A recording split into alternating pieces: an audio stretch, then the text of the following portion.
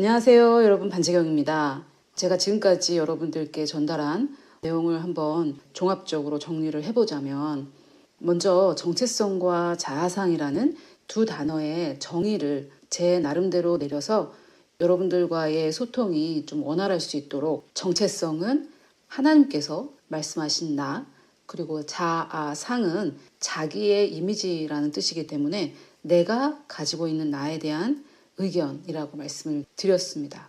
그래서 정체성이란 내가 누구인지에 대한 진리, 그리고 진리란 하나님께서만 정의해 주실 수 있는 거기 때문에 정체성은 하나님이 말씀하시는 나, 그것이 유일한 진리고요. 그리고 자아상은 내가 생각하는 나, 이것은 진리가 아닐 수 있습니다. 그리고 우리의 정체성이 아닌 내가 보는 나, 즉 우리의 자아상이 우리의 삶을 결정한다라는 말씀을 드렸습니다. 그래서 우리가 자아상을 바꿔야 하겠죠.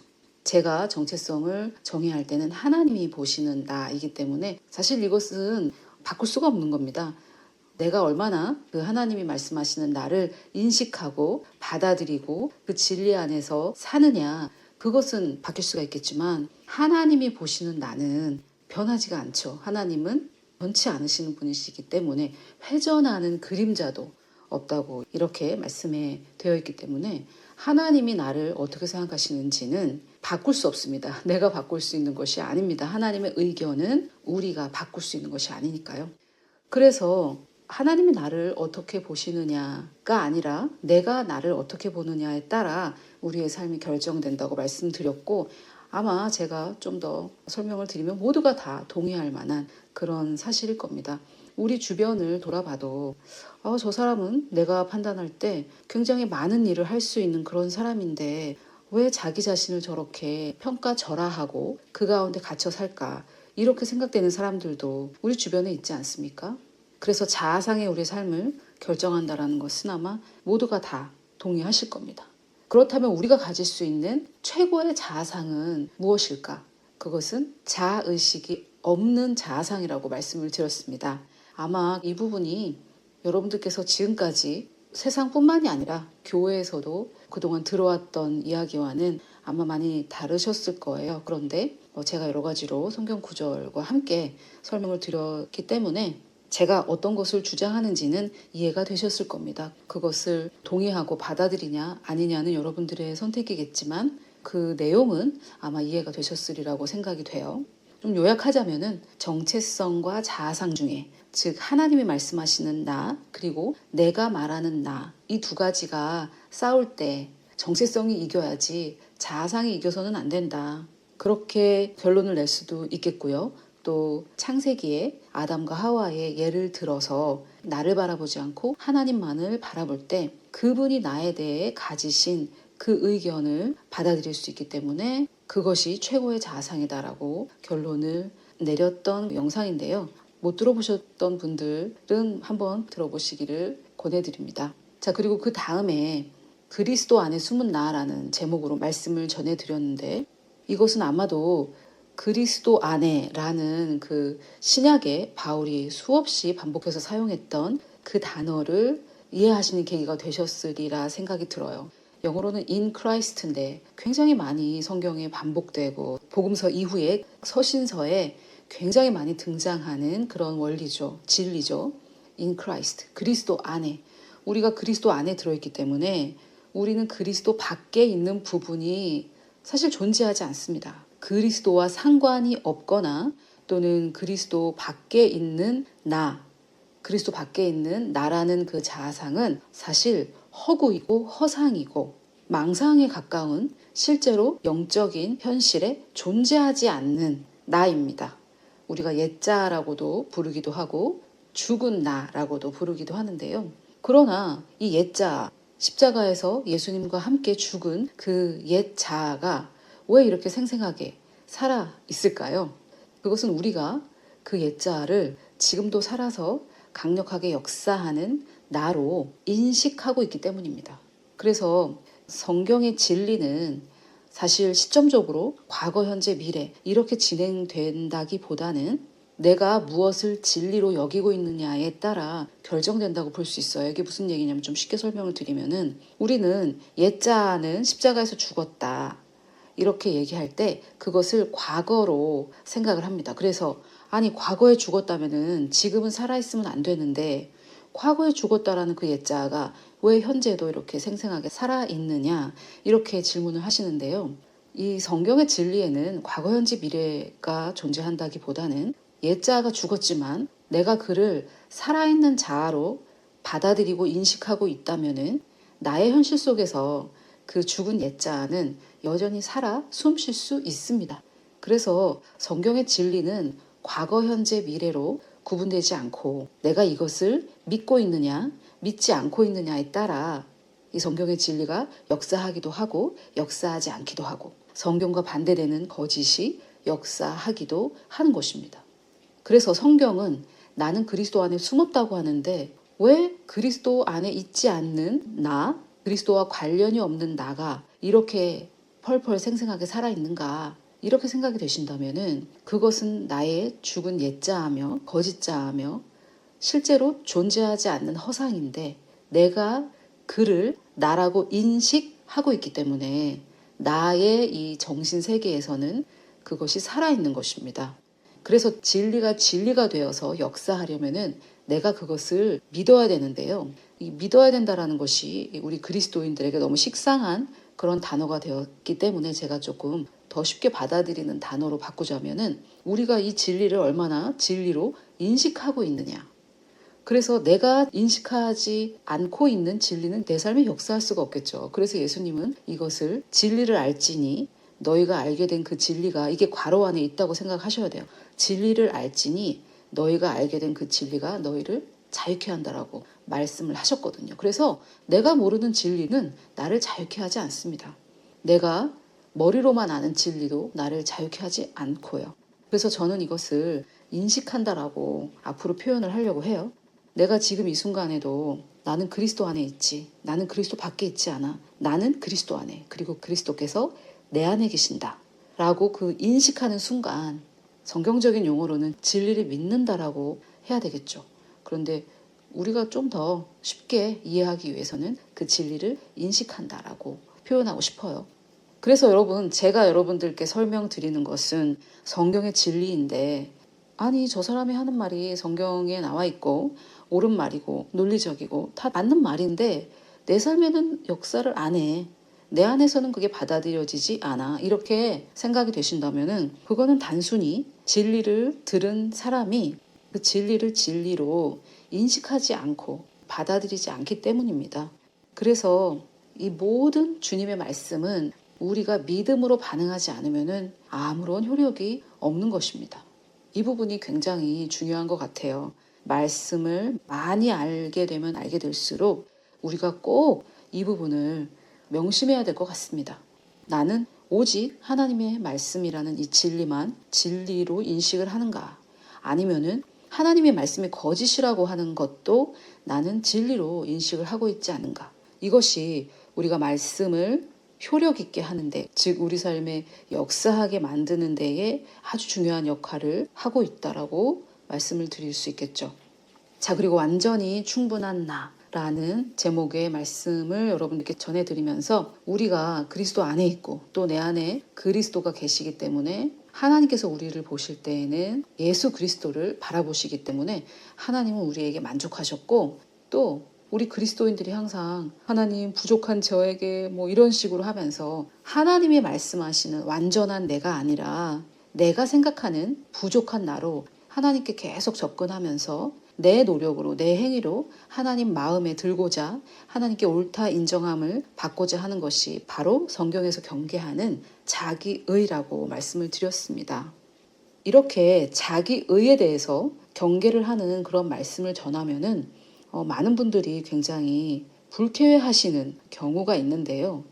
내가 나의 의로 하나님께 옳다 인정함을 받으려고 노력을 하면 할수록 자기의를 경계하는 그런 말씀을 들을 때 기분이 나쁘겠죠. 왜냐하면 나는 하나님께 옳다 인정함을 받기 위해서 그동안 너무나 노력을 했는데 그 노력이 아무런 효력이 없을 뿐만 아니라 하나님 앞에서는 행악이며 죄다. 이렇게 얘기를 들었을 때 얼마나 화가 나겠어요. 그래서 유대인들이 예수님을 죽인 거죠. 십자가에 못 박기까지 예수님을 그렇게 증오하고 미워했던 것이죠.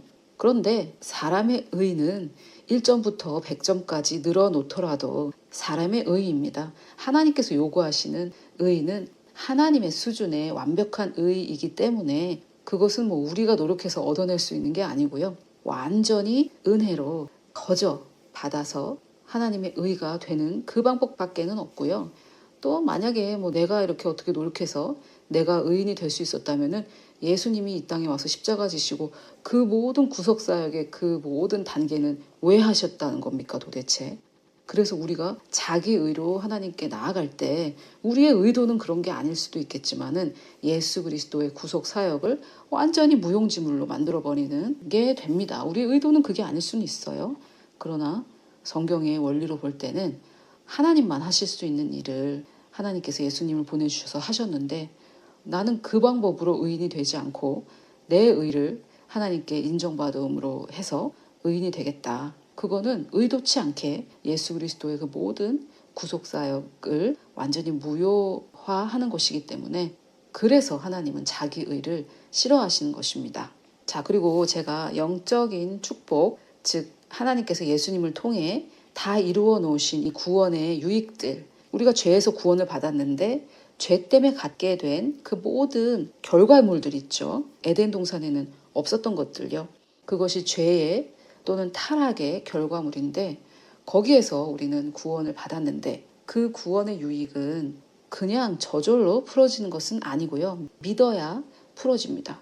뭐 이것은 우리가 믿는 입장에서 볼 때 예수 믿지 않는 사람들, 예수님의 그 십자가를 받아들이지 않은 사람들에게는 천국 가는 그 구원이 풀어지지 않는다는 거 우리 다 잘 알고 있잖아요.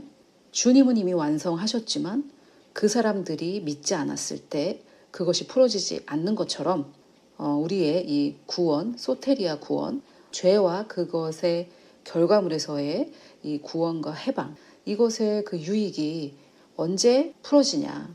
우리가 믿을 때 풀어지는데 구원을 거저 받았던 것처럼 그 나머지 모든 것도 내가 뭐 어떻게 해서 받는 것이 아니라 예수 그리스도께서 하신 일에 근거해서 우리가 받는 것인데 여기에 또 이렇게 좀 자기의와 같이 이렇게 꺼리껴지는 게 있죠. 아니 그러면은 저렇게 완전 땡땡이 썬데이 크리스찬 저 사람이 받는 그 구원의 유익과 이렇게 내가 열심히 교회 다니고 또 여러분 이렇게 유튜브까지 와서 말씀을 들을 정도로 열심히 이렇게 하나님 말씀 듣는 열심 많은 여러분들이 열심 없는 저 사람하고 나하고 똑같이 거저받는단 말이야.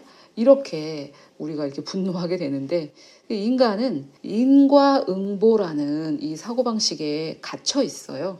원인이 있으니까 결과가 있고 이런 사고방식 심은 대로 거둬야 되고 이것은 이제 하나님의 말씀의 원칙에도 있지만은 우리가 거저받는 하나님의 그 선물, 은사, 기프트 이런 것들은 말 그대로 거저받는 거죠. 그런데 우리가 그 용서받은 탕자와 그 형, 그 경우에서도 받듯이 그 형은 자기는 이렇게 열심히 일했는데 어떻게 나에게는 염소새끼 한 마리도 안 주면서 시간을 허비하고 돈을 낭비한 저 아들에게는 저렇게 주냐고 아버지를 원망하지 않았습니까? 그런 것처럼 내가 이렇게 교회 열심히 다녔는데 이런 나에게 축복을 해주셔야지. 그냥 예수님이 이미 다 이루셨다라는 그것을 믿은 저 썬데이 크리스천 저 사람에게만 이렇게 축복을 해주시고 나는 안 해주시나. 우리는 이제 이런 생각을 하게 되는 것이죠. 그런데 진리는 무엇이냐.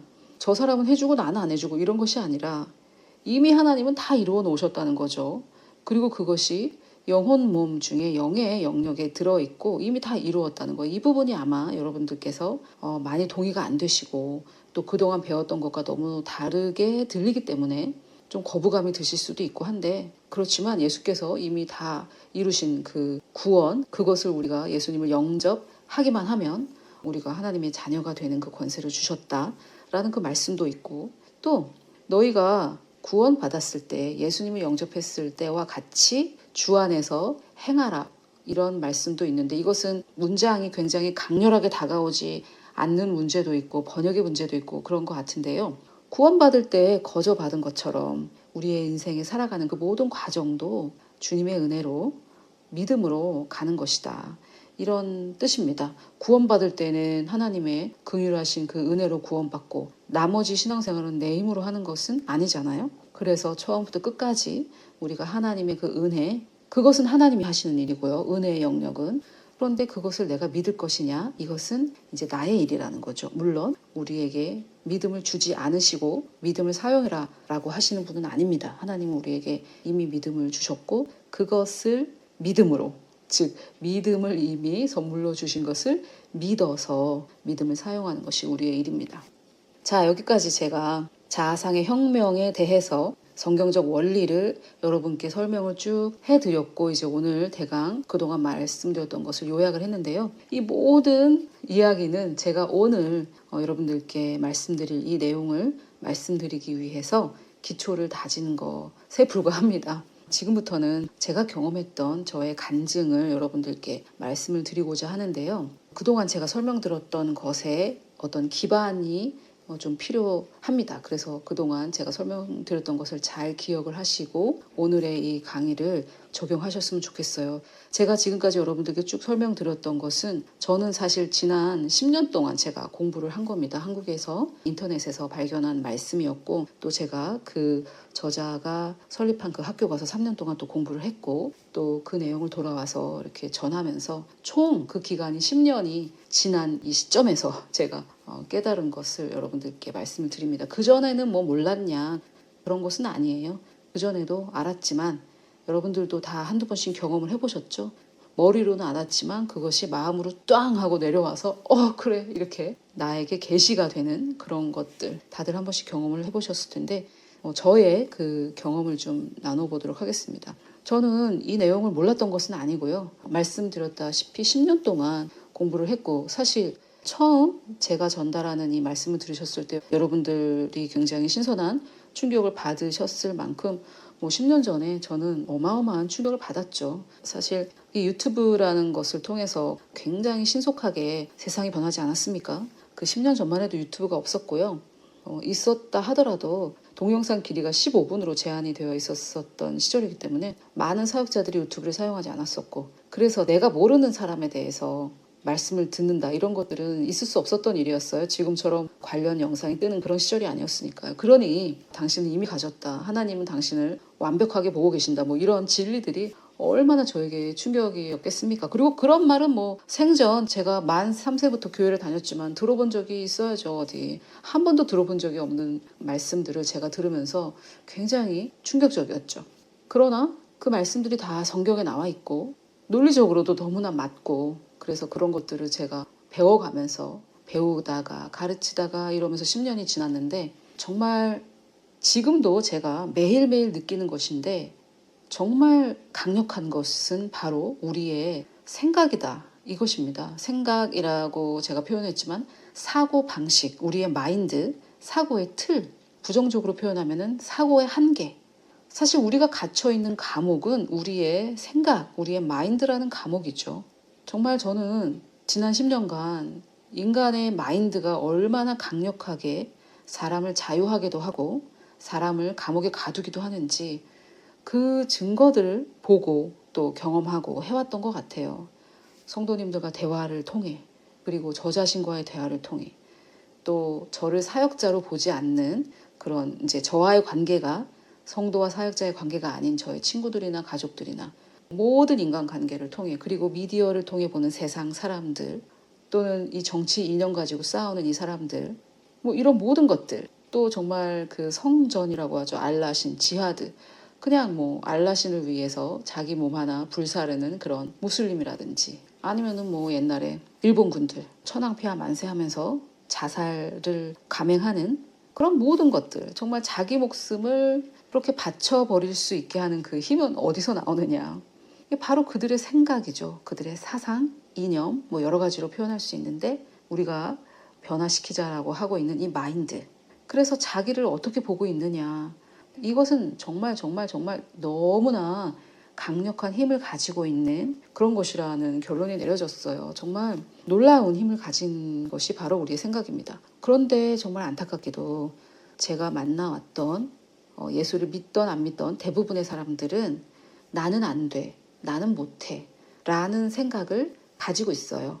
그것이 의식 수준에 들어있든 아니면은 그거보다는 더 깊은 잠재의식에 숨어져 있든 간에 마음 깊은 곳에 나는 안 돼, 나는 못해, 이런 생각들이 상당히 많이 자리 잡고 있습니다. 하나님의 말씀인 복음의 진리를 정확하게 배워보지 못한 그냥 종교인으로서의 기독교인들의 생각에도 깊숙이 자리 잡고 있죠. 나는 안 돼, 나는 못해.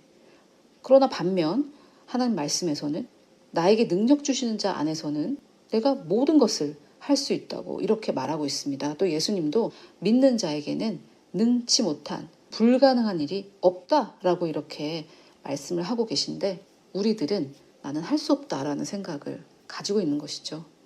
자, 그러면은 이런 상황 속에서 우리는 변화되기를 원하는데, 그렇게 변화되기를 원하고 저처럼 교회를 다니셨던 분들은 어렸을 때부터 예수님 예수님 나에게도 말씀하셔서 새롭게 변화시켜 주셔서 이렇게 노래를 하고 간구를 했는데, 우리는 이 변화되는 그 방법을 몰랐고, 변화되는 방법을 모르니까 그냥 변화시켜 주시옵소서 하고 나에게 방법을 알려주신 하나님께 하나님의 나를 그냥 변화시켜 주세요, 이렇게 때를 썼던 거죠.